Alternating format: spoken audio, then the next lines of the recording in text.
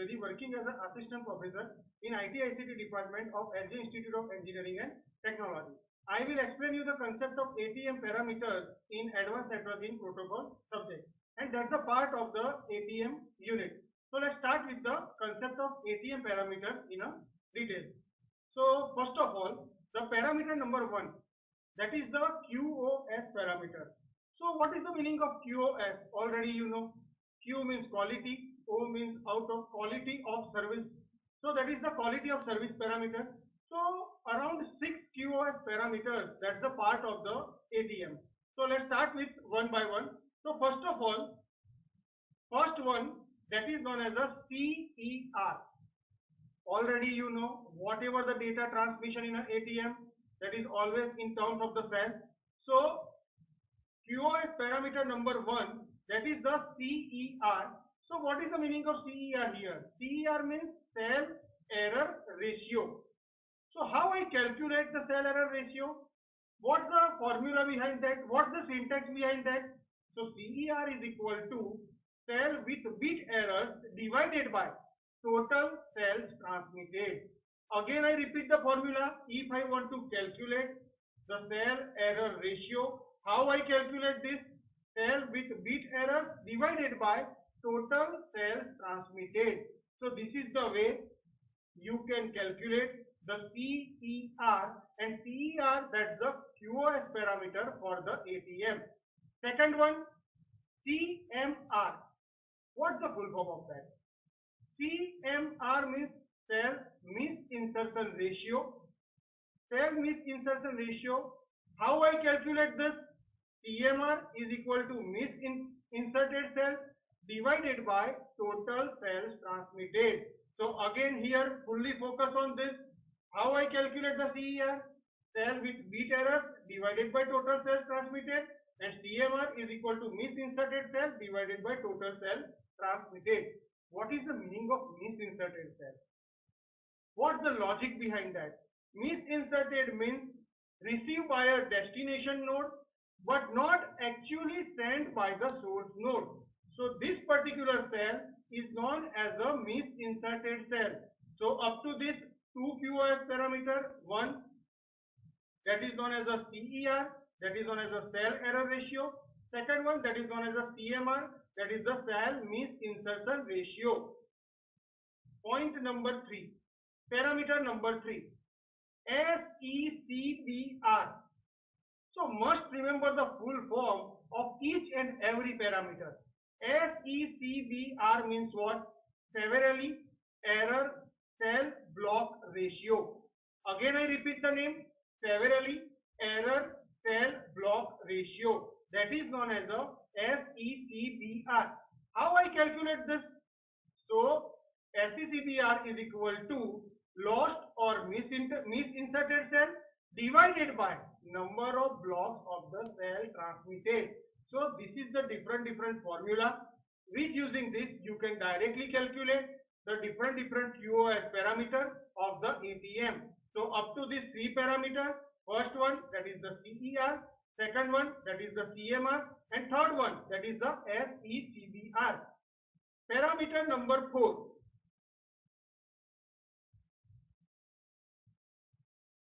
Here you just see parameter number 4. Must remember the full form. Again I repeat, CLR. Whenever you talk about the .NET framework, and at that time what is the full form of CLR? So that is the common language runtime. But here in a ATM, in a QoS parameter of the ATM, what is the full form of CLR? That is the cell loss ratio. So how I calculate this? CLR is equal to lost cells divided by total cell transmitted. Lost cells divided by total cell transmitted. So up to this 3 type of parameters. One that is the CER, second one that is the CMR, and third one that is the CLR. What is the difference between that? CER means with using the bit. CMR means misinserted, and cell CLR means lost cell. So this is the way you can calculate CER, CMR and CLR for the ATM. Then after the most important point, CPD. So what is the full form of that? Cell transfer delay. How I calculate this? If I want to calculate the CTD for the ATM, for the QoS parameter, how I calculate this? So that is the time lapse between a cell exiting a source UNI and the same cell entering in a destination UNI for a particular connection. For example, if you talk about the connection C1, so for this particular connection C1, you can directly calculate the time lapse between exit from the one node and entry into the another node. This is the way you can calculate the CTD for the ATM. And the last one, that is known as the cell delay variance. So cell delay variation means that is the CTD maximum minus CTD minimum. This is known as a CDV. That is known as a cell delay variation. So up to this, whatever the 6 parameters, that is totally based on the QoS parameter, that is fully focused on the quality of service parameter of the ATM. Then after, the parameter number 2, that is known as the traffic parameter. Again traffic parameter is divided into 5 different categories. The category number 1, that is known as a PCR. So what is the meaning of P here? P means that is known as a peak cell rate. So peak cell rate means what in an ATM? Because whatever the data transmission, that is always in a form of the cell. So with using the cell, you can directly transmit a different traffic. So what is the meaning of PCR here? PCR means maximum rate of data transmission in cells per second. Cells per second means CPS, that a source cannot surpass. Means that is known as a PCR, means up to some limit. Then after, second one, SCR. SCR means what? That is the sustainable cell rate. So how I calculate the sustainable cell rate for the particular ATM concept? So that is the maximum average cell transmission rate in a network measured over a long period of time. Means you can directly say that that is the maximum average cell transmission, that is known as the SCR. Third one, that is the MBS. So what is the meaning of MBS here? Maximum burst size. How I calculate this? So that is the maximum number of cells that can be sent consecutively at PCR by the source end. That is known as the MBS. Again I repeat the definition. Must remember the definition. Maximum number of cells that can send consecutively at PCR by the source end. This is known as the MBS. After that, parameter number 4, MCR. So what is the meaning of MCR? That is known as the minimum cell rate. One that is the maximum, one that is the minimum. So minimum average rate of data transmission that the source generally sends. So that is known as the MCR. After that, CDVT. So what is the meaning of CDVT? Cell delay variance tolerance. So here you can directly set the tolerance level of cell delay variance during a transmission. So again I repeat, must remember one thing, whenever you talk about the QoS parameter, so QoS parameter is divided into different 6 categories. Whenever you talk about the traffic parameter is generally divided into 5 categories. Then after the point number 3, ATM protocol service categories. Which type of service generally provided by the ATM protocol? So here you just see, first one, CBR.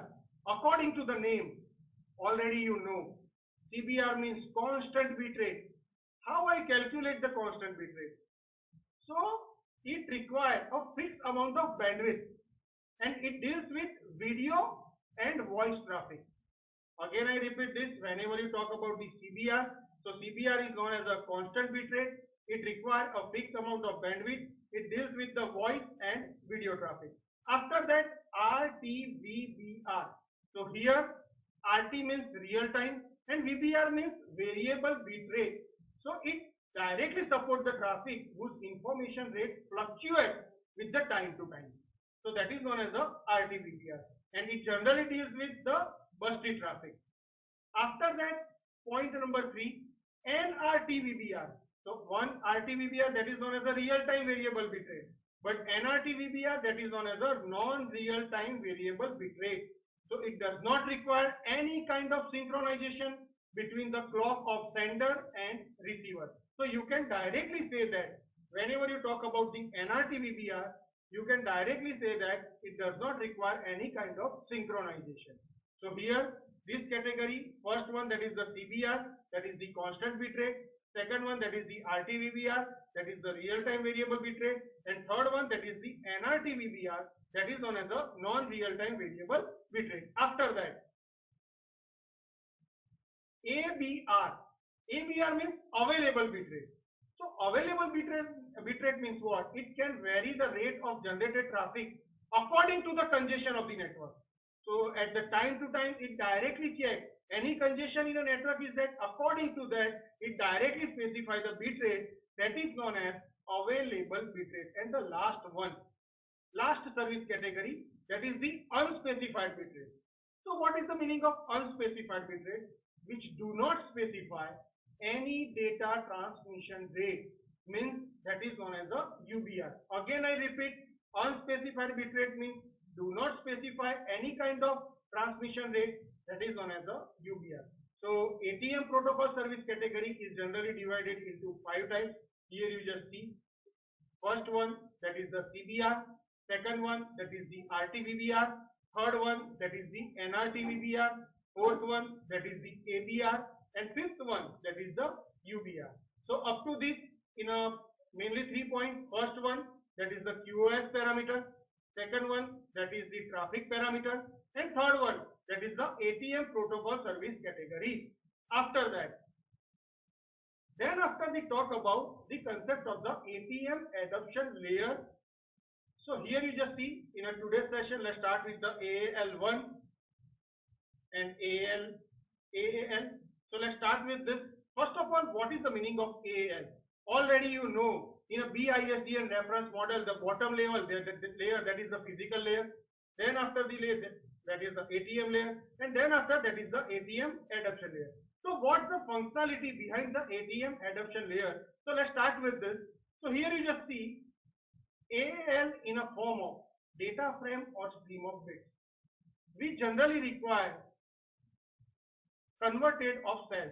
So whatever the cell is there, you can directly convert this particular cell through the ATM network. So here you just see AAL generally accept the message from the higher layer and convert them to fixed size ATM cells. So first of all, input from the higher layer, it directly passed to the ATM adoption layer. ATM adoption layer is directly converting to the fixed size ATM cell. After that, at the receiving side, at the receiving node, the process is reversed and the received cells are reassembled and form the message. So this is the way ATM adoption layer stand between the higher layers and ATM layers. So let's start with this. Here you just see AAL. Currently I am talking about the AAL, not a AAL1, not a AAL2, AAL3, 4, AAL5.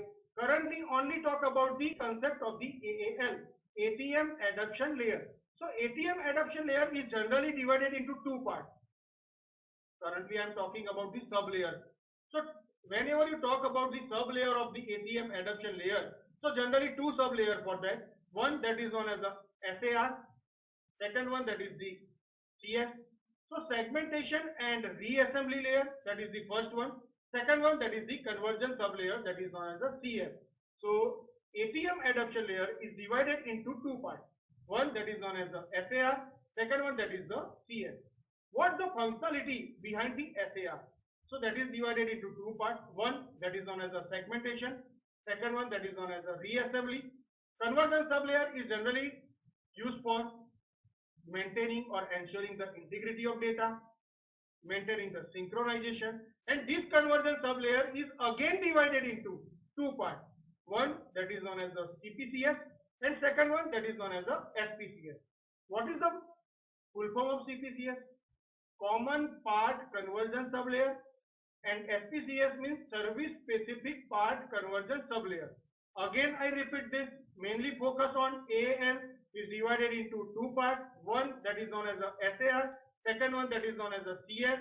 SAR means segmentation and reassembly, and convergence sublayer means integrity of data.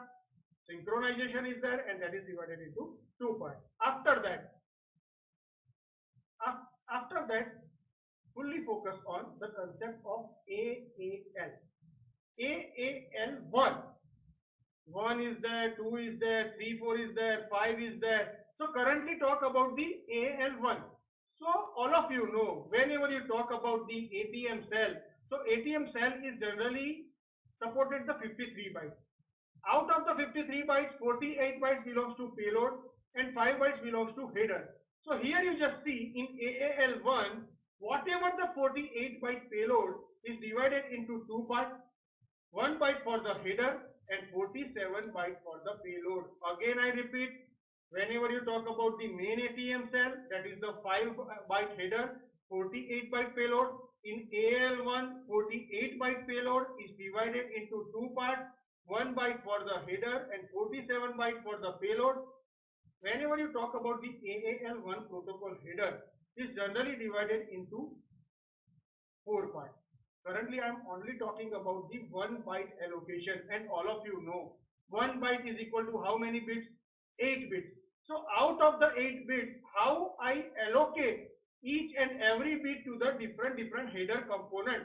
So whenever you talk about the AAL1 header, is generally divided into four parts.